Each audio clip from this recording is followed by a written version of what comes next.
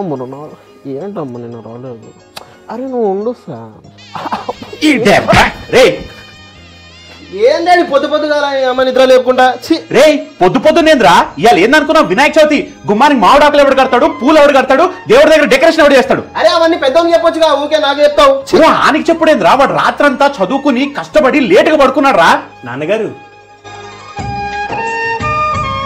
నాన్నగారు అవేం అవసరం లేదండి. ఆల్రెడీ గుమ్మానికి మామిడాకులు పువ్వులు కట్టేశా. దేవుడి డెకరేషన్ కూడా ఆల్మోస్ట్ అయిపోయింది. మీరు వచ్చి చూస్తే సరిపోద్ది. చూడరా అని చూసి నేర్చుకో. అమ్మే టిఫిన్ ఏం చేసినవే? తమ్ముడు ఈరోజు వినాయక చవితిరా, పూజ అయినంత వరకు ఏం తినకూడదు. నాకు తెలియదా? ఏంద్రా అరుస్తున్నావు? అంటే ఆకలేస్తుంది. అన్నయ్య చెప్పాడు కదా పూజ అయ్యేదాకా ఏం తినకూడదని. రే పూజ స్టార్ట్ అయ్యే ముందు మీ పుస్తకాలు తీసుకొచ్చి దేవుడి దగ్గర పెట్టండి రా. ఆల్రెడీ తెచ్చేసాను నాన్నగారు. నీ పుస్తకాలేరా? ఏంట్రా ఇది?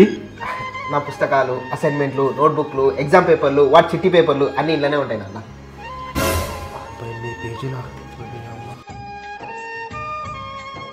సర్వే జన సుఖినో భవంతు. నాన్నగారు హారతి ఇచ్చే ముందు ఇంకొన్ని మంత్రాలు ఉన్నాయి, చదవమంటారా? ఓకే.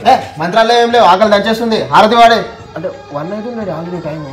ఆత్రం ఆపుకో, నువ్వు పాడరా.